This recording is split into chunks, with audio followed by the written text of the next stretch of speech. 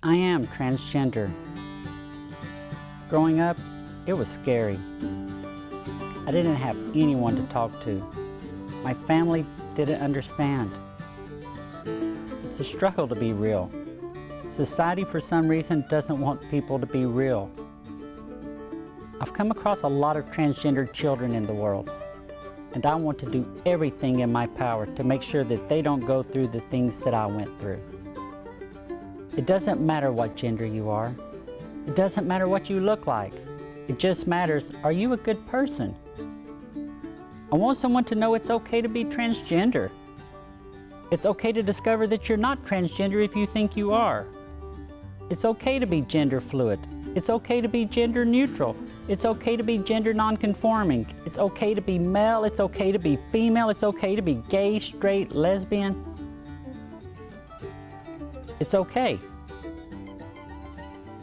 Just please be a good person. Be kind.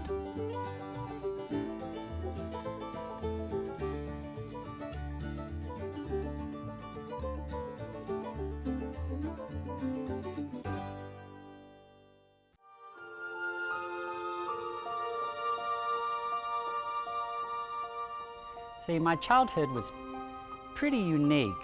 For the first 5 or 6 years of my life, I just assumed that I was a girl. I mean, I thought I was a girl. Nobody told me really that I was not a girl until I started going to school. And once I started going to school, I realized that I actually was different. I no longer got to line up with the girls. I had to go to the boys' bathrooms. Everything became gendered.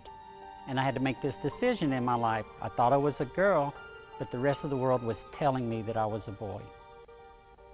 I never could really figure out how to navigate those waters. I had family with me that, while they tried to help me, they didn't really know how to help me at the time. What they did know how to do was play sports. I had 2 older brothers that made it their drive, their ambition, to teach me how to play baseball, because you see, I'm left-handed. And in that world, a left-handed person is going to be a first baseman and they're going to be an excellent hitter. That's just what they told me. So whenever I'd play toss with my family, they would never throw the ball directly to me. They would short hop me, they would throw the ball over my head, they would throw the ball as hard as they could at me, because they figured anybody could catch an easy ball, but it was tough to catch a bad throw. And I became very good at playing first base. They also taught me hand-eye coordination with the baseball bat, and there's something about outwitting a pitcher when you know what they are going to throw next. And batting was one of my specialties. I absolutely loved it. I always wanted to be the hero when it came time to be up to bat. I always wanted to be the hero at first base that made the great stop to get the person out. I didn't mind being the hero on the ball field. When I came off of the ball field, it was a different story. Because on the ball field, my body was my ally. It could run the bases, it could catch a ball, it could hit a ball, it could do all of these wonderful athletic things. But when I was off the field, my body was not in alignment with my brain. My body was just a boy's body according to the world, and my brain knew that I was not a boy. As much as the world continued to tell me that, I knew from the very beginning when they told me I was a boy that they were incorrect. And now I'm having this challenge of figuring out how to accept that at my age, when I'm playing baseball in elementary school and high school, that I'm really good at sports, but I'm not so good at socializing with people outside of sports. I never really felt comfortable with the boys on the ball field, but I never really felt comfortable with the girls off of the ball field. As a matter of fact, I just kind of became a loner. I never really did become lonely, but I found that after a baseball game, I would just disappear. I would go hide. I would go be by myself because I was safe with myself. I trusted myself. I didn't trust other people at the time. Well, once middle school hit, a horrible thing happened to me. Puberty. Puberty is a horrible thing for a transgendered person to go through. I mean, we know it's coming, We know at that time, when puberty hits, something happens. I started growing hair on my legs. I started growing facial hair. I started growing hair on my chest. All of the things that let me know that truly, physiologically, they were right. I was a boy. Turning male was one of the hardest things I had to ever accept in my life. Now, there are children that have they're fortunate. They have puberty blockers now. They have hormones when they're 16. And I know there's this huge debate going on in some of the transgendered community about whether or not children should be allowed to take hormones or puberty blockers. All I can say in my experiences is that I would have jumped at the chance as a small child. Had my family had the information to do that, we would have done it.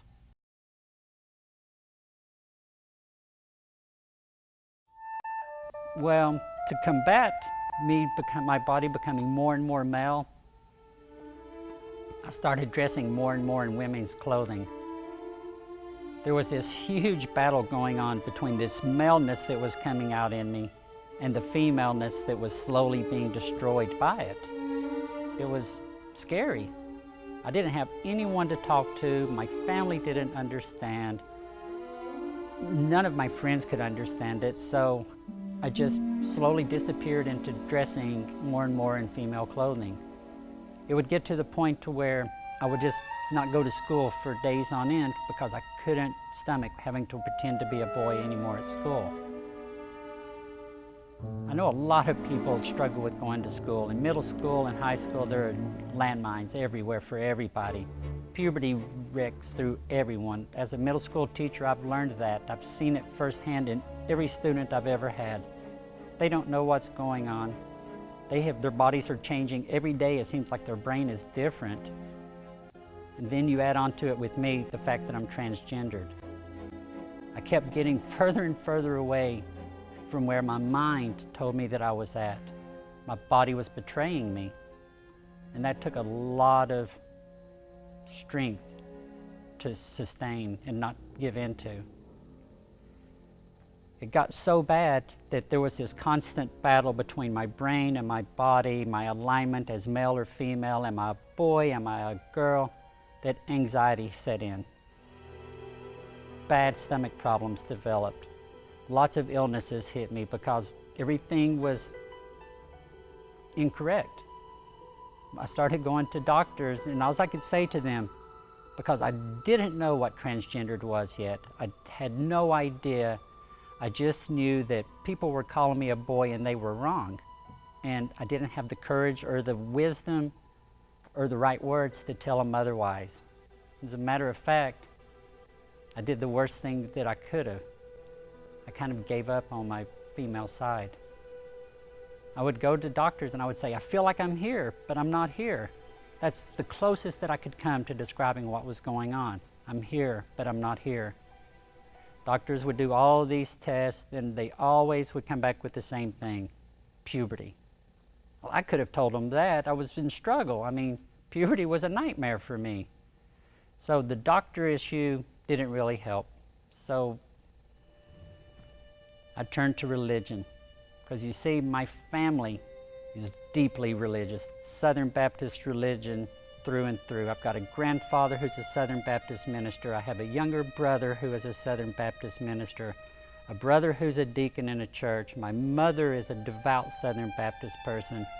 And the only guidance that we had for what was going on with me was the Bible.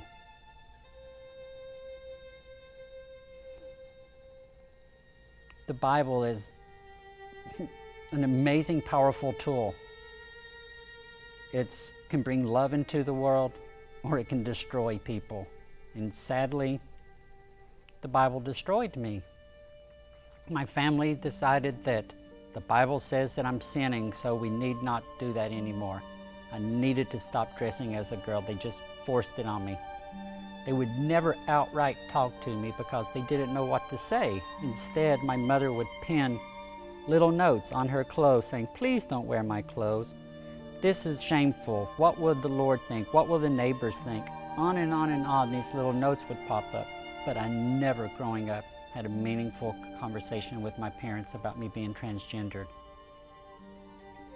I do remember them one time asking me if I needed help, that they could find a therapist for me. I knew what they meant. I knew that they meant I was going to go to a Baptist minister, therapist, and that person was going to try conversion therapy on me and push the female in me away completely. So I told them I could handle it myself because I knew what they were going to do, and I knew that I would die if the part of me that existed inside was not allowed to come out. So instead, I would turn to prayer. At nighttime, I would pray like the Dickens to not be transgendered. I mean, I would do everything, get on my knees, promise to eat all my vegetables, anything I could think of to make sure that I was going to wake up and no longer be transgendered. That prayer was never answered. Not once, not even close. So then I would pray at night, well, if I'm not going to no longer be transgendered, maybe it would be time to pray to become a woman. So I would pray once again and hope that I could become a woman when I woke up. Prayer never was answered either. Male testosterone was still racing through my body. Puberty was still going on. I was still growing facial hair. I was still growing chest hair. My leg hairs were growing more and more. So then I would resort to the last prayer.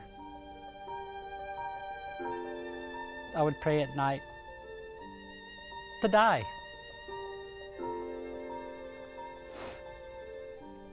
I didn't see any other reason. I wasn't going to become what society wanted. I knew that. I was always going to be a sinner in the eyes of my family. That prayer was never answered either. Not once. I would wake up every morning and go right on about my business.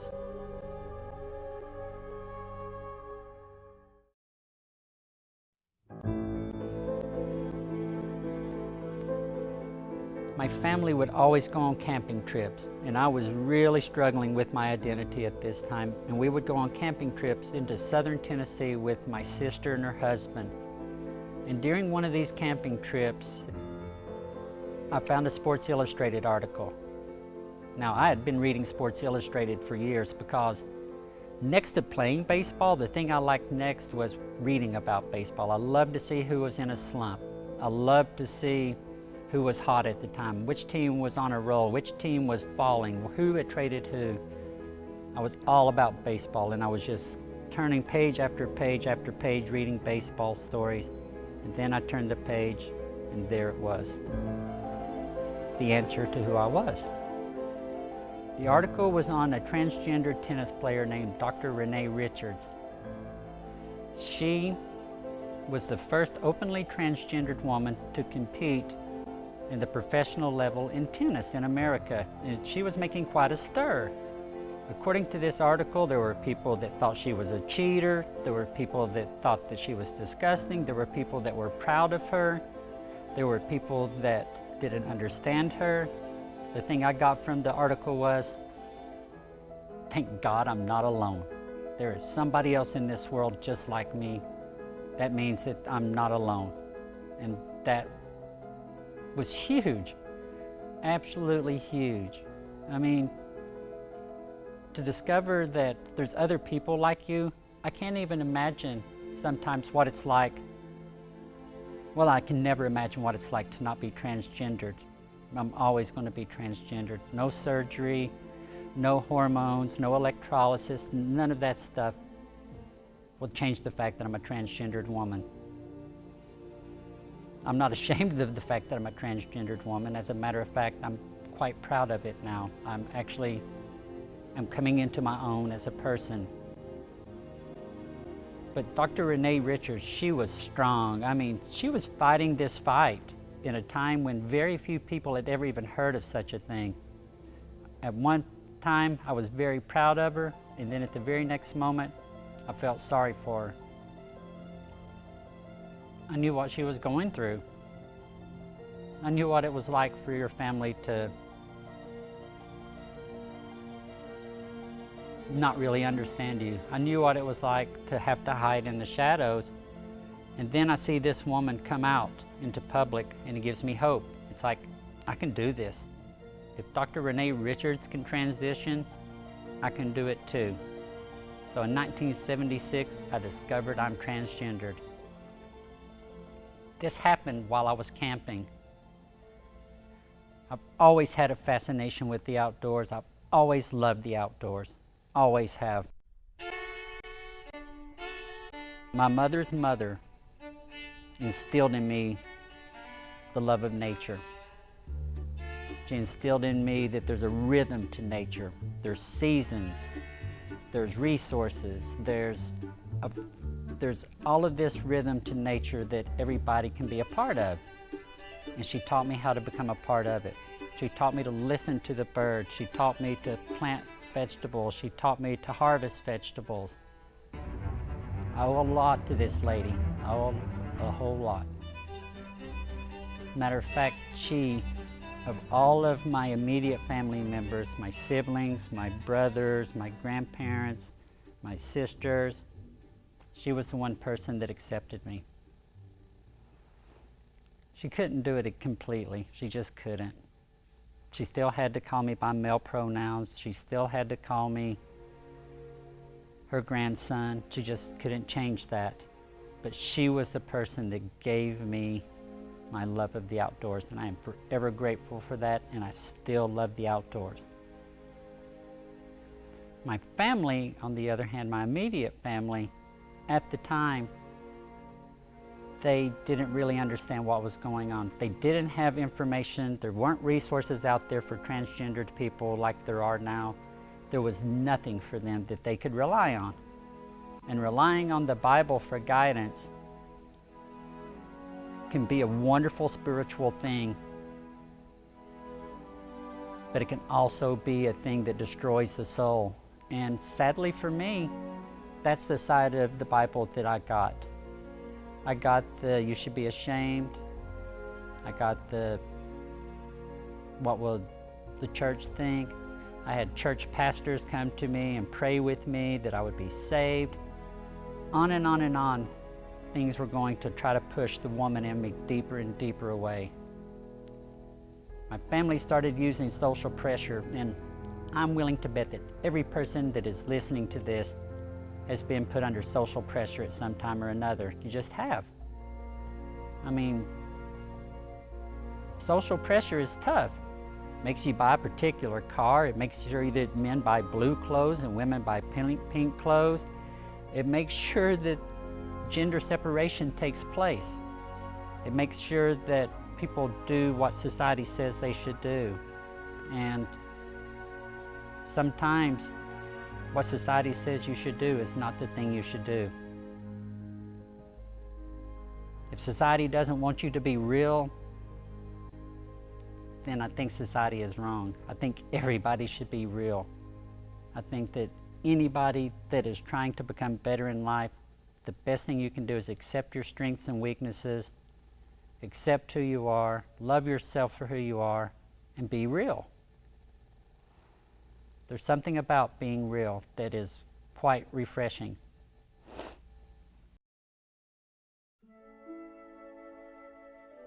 It's a struggle to be real. Society, for some reason, doesn't want people to be real. People become nervous when they see people becoming real. I don't know if it's because they are challenging themselves, they're challenging society. I'm not sure, but I know that being real was something that I've always strived for.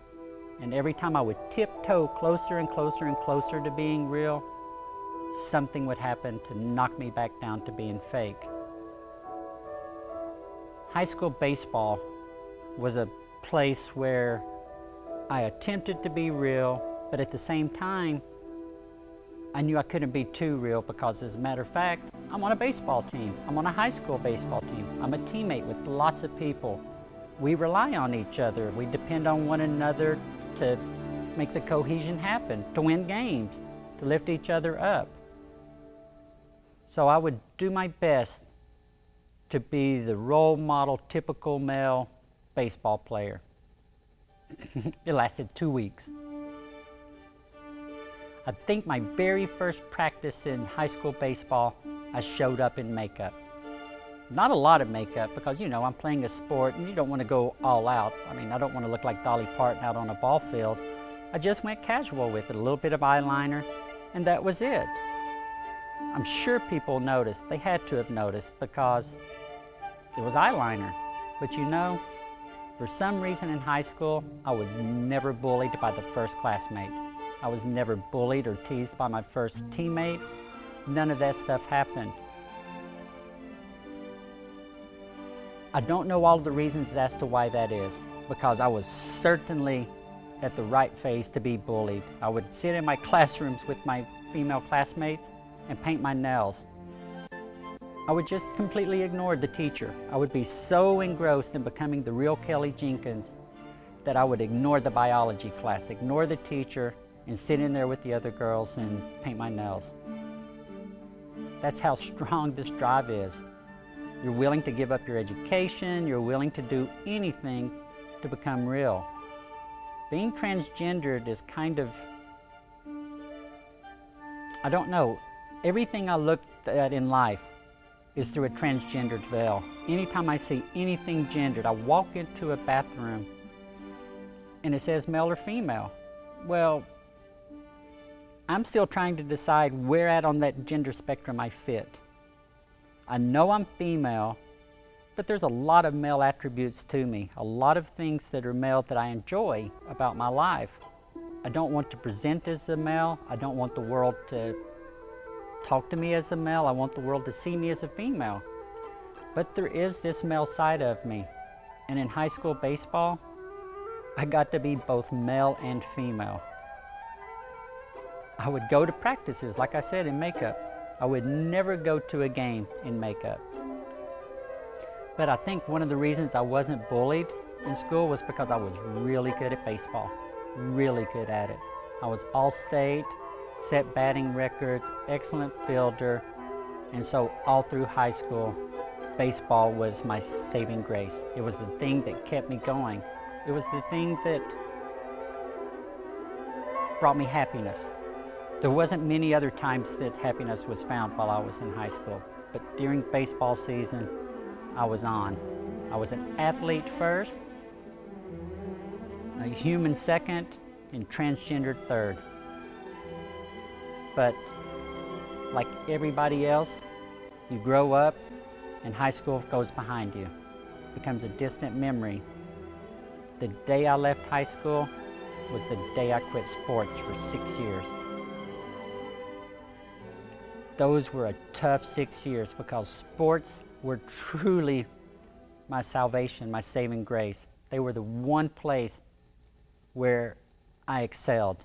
I had excellent hand-eye coordination, excellent running skills, just an athlete. I loved sports. If it could be thrown or caught or hit or shot, I was going to do it. The sports were taken away from me and that void had to be filled. And I did some very self-destructive things to fill that void. I had no guidance from my family on my life. They were as baffled by me as I was baffled by me. We just never communicated about it. So whenever the emotions of my existence became so overwhelming that I couldn't handle it anymore, I turned to drugs. Lots of drugs. Because as much as I hate to say this, and I never condone using drugs, ever, that was one coping skill that I had. I couldn't go to a therapist, nobody knew who to talk to. I couldn't go to my family, who was I going to talk to there? I couldn't talk to my peers because, Lord, they were as confused about my existence also as I was. But when I took drugs, all of that got dampened. There was like this huge wave that just would wash over me and push me being transgendered away. It would push the anxiety away. It would push the fear away. It would push everything away. During that time, I also went hyper-masculine. Hyper-masculine. No more makeup, No more long hair, anything like that. Grew a full beard, buffed up man-like, would go camping, drink beer, smash beer cans against my forehead, shoot guns off into the air. Everything that a bunch of redneck countrymen from East Tennessee would do. And I thought, this is it. If I push myself hard enough, if I just go man, man, man, man, man, I'm going to become a man. It doesn't work that way. If you're born transgendered, you're born transgendered. You can hide it, you can push it down, you can squash it, but it's going to be there. Just like with anything else, if you're a writer and you're not writing right now and you're pushing it down, it's going to come up. You're going to write. You're going to be anxious about it. If you are anything you can imagine, if you are not being true to yourself during that, it's going to eat you up. And that was still happening with me. It didn't matter how hard I tried to become a man. I wasn't going to become a man. Then in 1989, something really important happened to me. I fell in love. Straight up over the cliff, over the waterfall, in the barrel, in love. Met this person that was everything I thought a marriage should be too, and I wanted to marry her. She was everything I wanted to be as a woman. At the time, I kind of knew this. And I told her that I'm transgendered, even though I still didn't know the word transgendered. I don't even know if the word transgendered had been invented in 1989 yet. But I told her about my desire to be a woman. And out of the graciousness of her heart, out of her loving kindness for me, she wanted to meet the real Kelly Jenkins. So out I came. We would sit around at night, and when I would slowly transform into what we thought Kelly Jenkins should be. This was a very confusing time for both of us. We both were in love with each other. We truly were. But she's not a lesbian, and I had no idea what I was, so things started drifting apart. The female in me was becoming stronger and stronger. Thank goodness for her being there for that. And in the beginning, she was incredibly supportive, incredibly supportive. Then as the reality of who I am starts overcoming the fakeness of who I'm presenting, she started pulling away. As I started doing electrolysis religiously, she started drifting over to a new set of people. As I started shaving my legs all the time, she would slowly move over to here, till it came to the point where she was embarrassed almost to see me in public. Pretty tough thing. I can understand a lot of things about marriage, but being ashamed of being seen with your spouse, that was a hard pill to swallow. A very hard pill to swallow. But I have to tell you, her and I have reunited since I've transitioned, and we are truly very good friends for now. But when we separated in 1996, all of the bad habits pounded right back into me. I once again attempted to become a masculine man. I don't do well at it. But one thing that did happen was she introduced me to disc golf. Disc golf changed everything for me, absolutely everything.